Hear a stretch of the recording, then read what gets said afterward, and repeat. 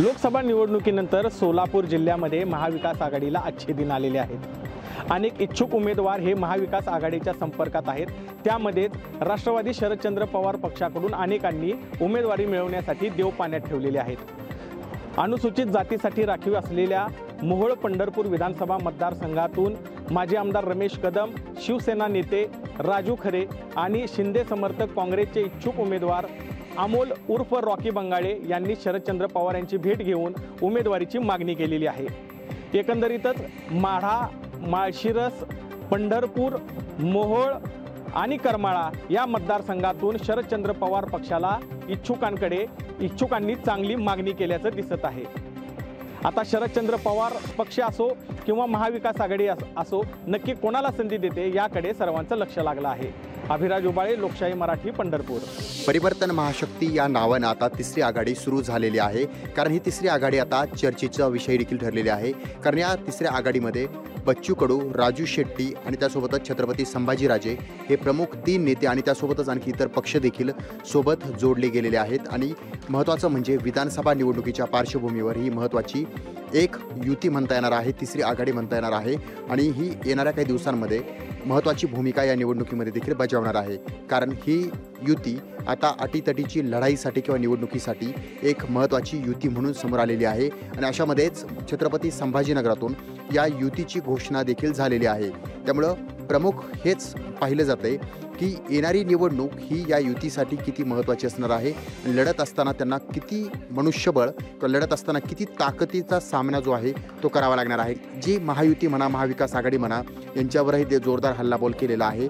आणि प्रामुख्याने पाहिलं गेलं तर ही महाशक्ती परिवर्तन महायुती जी आहे ती आता कुठंतरी नवा आदर्श देण्याचा प्रयत्न करत असल्याचं पाहायला मिळते। मात्र येणारी निवडणूकच ठरेल की नागरिकांनी या महायुतीला किती पसंती दिलेली आहे। सचिन बडे, लोकशाही मराठी, छत्रपती संभाजीनगर। कोल्हापूर शहरातील गजबजलेला परिसर असणाऱ्या मध्यवर्ती बसस्थानक परिसरात मध्यरात्री संदीप शिरगावे या इसमाचा खून झाल्याची घटना सकाळी उघडकीस आली आहे। एसटी चालकाने याबाबतची माहिती शाहूपुरी पोलिसांना कळवली आणि शाहूपुरी पोलिसांनी सकाळी तो मृतदेहाचा पंचनामा करून उत्तरीय तपासणीसाठी हा मृतदेह CPR रुग्णालयात पाठवला आहे। मृतदेहाचा गळा आवळल्याचा प्राथमिक अंदाज पोलिसांनी व्यक्त केला आहे। मात्र मृतदेह उचलताना मानेला मागच्या बाजूला एक जखम झाल्याचं देखील पोलिसांनी सांगितलं आहे। सध्या या परिसरातील सर्व CCTV फुटेजच्या आधारे संबंधित अज्ञात हल्लेखोरांचा जो शोध आहे तो पोलिसांनी सुरू केलेला आहे। या प्रकरणी सध्या एकाला ताब्यात घेतला असल्याची माहिती शाहूपुरी पोलिसांनी दिली आहे। दरम्यान या संपूर्ण घटनेची नोंद सध्या CPR पोलीस चौकीत झाली असून अधिक तपास शाहूपुरी पोलीस करताना दिसून येत आहेत। सत्यज औंधकर, लोकशाही मराठी, कोल्हापूर। सोलापूर जिल्ह्यातील अक्कलकोट वागदरी या रस्ता जो आहे तो खड्डेमय रस्ता झालेला आहे आणि या खड्डेमय रस्त्यामुळे अनेक ठिकाणी जे आहे ते अपघात जे आहे ते या ठिकाणी झालेले आहेत। या अपघातामध्ये आत्तापर्यंत 30 ते 40 जण जखमी झालेले आहेत। वारंवार राष्ट्रीय महामार्ग कार्यालय असेल, लोकप्रतिनिधी असेल यांच्याकडे तक्रार करून देखील अद्याप लोकप्रतिनिधी असेल किंवा राष्ट्रीय महामार्ग कार्यालय असेल यांनी दखल घेतली नाही। त्यामुळे या ठिकाणच्या नागरिकांनी जे आहेत राष्ट्रीय महामार्ग व लोकप्रतिनिधीच्या विरोधात संताप व्यक्त केलेला आहे।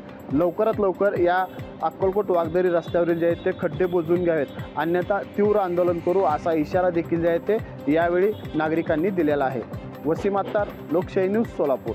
कृषी मंत्री धनंजय मुंडे यांच्या बीड जिल्ह्यातील जे शेतकरी आहेत त्यांच्या विविध मागण्यांसाठी आज अहमदनगर राष्ट्रीय महामार्गावरती चक्काजाम आंदोलन जे आहे ते करण्यात आलेलं आहे।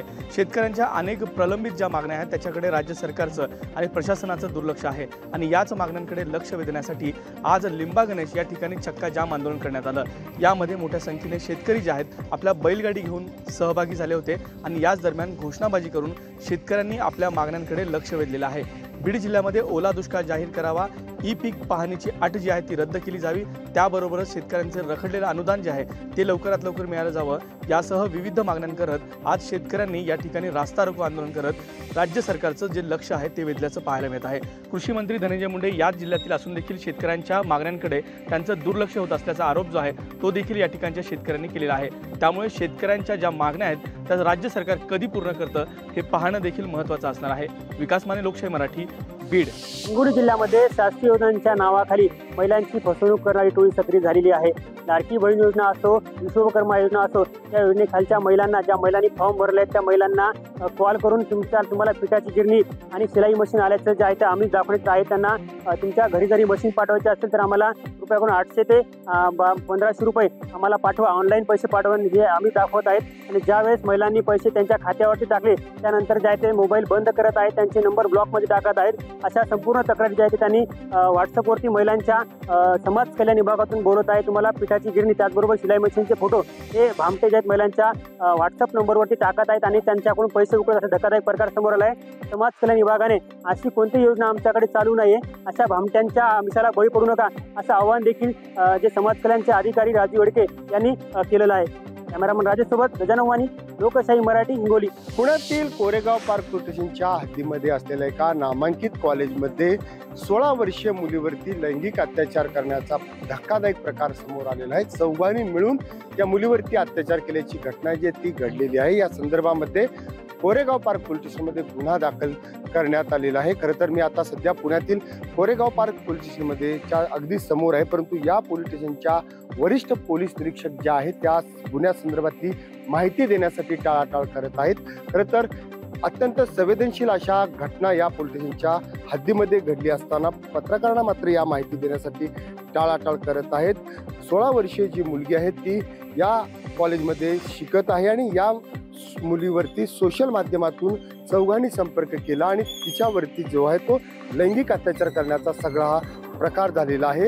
या संदर्भातली सगळी जी तक्रार या ठिकाणी दाखल करण्यात आली होती त्याचा सगळा तपास जो आहे तो पोलीस करत आहेत, परंतु यातील माहिती मात्र पोलीस जे आहेत ते समोर येऊन देताना दिसत नाहीत. लोकशाहीसाठी चंद्रशेखर भांगे, पुणे. उपराजधानी नागपुरातील बहुप्रतीक्षित असलेला रामझुला हिट अँड रन प्रकरणातील मुख्य आरोपी रितिका मालू हिला अटक करण्यात आलेली आहे.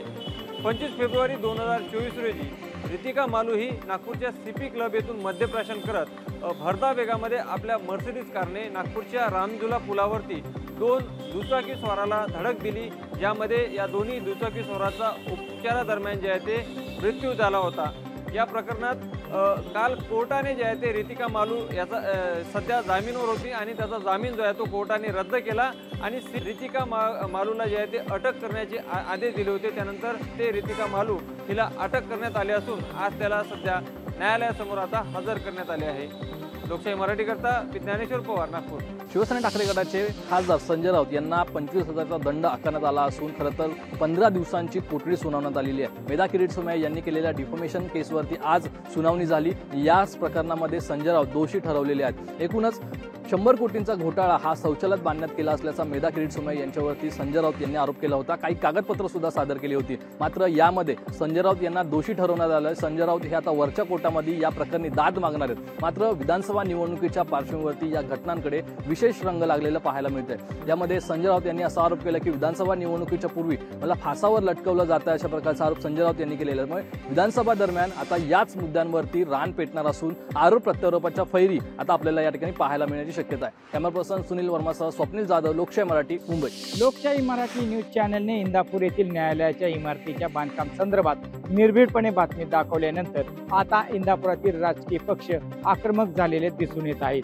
इंदापूर येथील राष्ट्रवादी काँग्रेस शरद पवार पक्षाच्या वतीने सार्वजनिक बांधकाम विभागाच्या कार्यालयावरती एक अनोख्या पद्धतीने आंदोलन करण्यात आलेले आहे.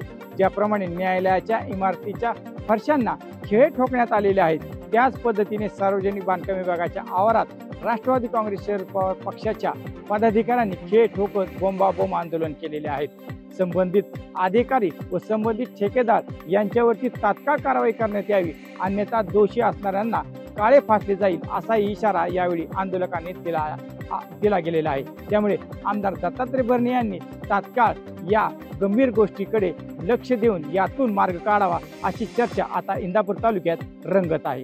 कॅमेरामन सुहास सुपेकरसह मी राहुल ढवळे, लोकशाही मराठी, इंदापूर. धाराशिवकरांचा पिण्याच्या पाण्यासह सांडपाण्याचा विषय जो आहे तो आता मिटणार आहे. धाराशिव शहरासाठी तब्बल 230 कोटी रुपयांची नवीन योजनेला मंजुरी मिळालेली आहे.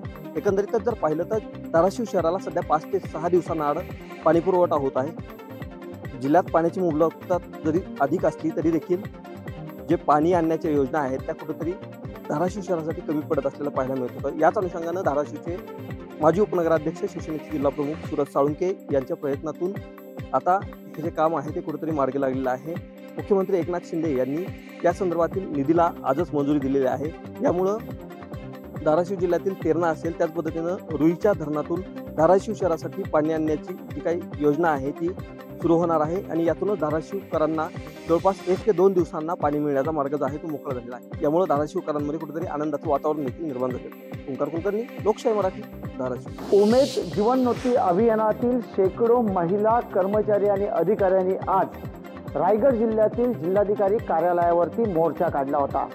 राज्याच्या ग्रामविकास मंत्रालयाच्या माध्यमातून गेली 10 वर्षांपासून हे अभियान राज्यभरात चालवलं जात आहे. ग्रामीण भागातील महिलांचा आर्थिक आणि सामाजिक स्तर उंच व्हावा याच्यासाठी या अभियानाची सुरुवात करण्यात आली. जवळपास 3000 पेक्षा जास्त अधिकारी आणि कर्मचारी यामध्ये कॉन्ट्रॅक्टी पद्धतीवरती काम करत आहेत.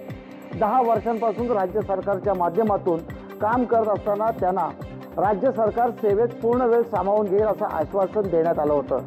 मात्र आजही 3000 पेक्षा जास्त अधिकारी आणि कर्मचारी हे कॉन्ट्रॅक्टी पद्धतीवरती काम करत आहेत. या सर्वांना महाराष्ट्र राज्य शासनाने सेवेमध्ये सामावून घ्यावं, त्यांना शासकीय स्तराचा दर्जा मिळावा अशी मागणी या आंदोलनकर्त्यांनी केलेली आहे. जुलै महिन्यामध्ये याबाबतचं आंदोलन मुंबईत झालं होतं. त्यावेळी मुख्यमंत्र्यांनी लवकरच निर्णय घेऊ असं आश्वासन दिलं होतं. मात्र या आश्वासनांची पूर्तता न झाल्याने आज रायगडच्या जिल्हाधिकारी कार्यालयावरती मोर्चा काढून या सर्व अधिकारी आणि कर्मचाऱ्यांनी राज्य सरकारला पुन्हा एकदा त्यांना कायम करावं सेवेत ही आठवण करून दिलेली आहे. व्हिडिओ जर्नलिस्ट सर्वेश गोरेगावकरसह भारत गोरेगावकर, लोकशाही मराठी, रायगड. लोकशाही मराठी, ऐका, पहा, जागरूक रहा.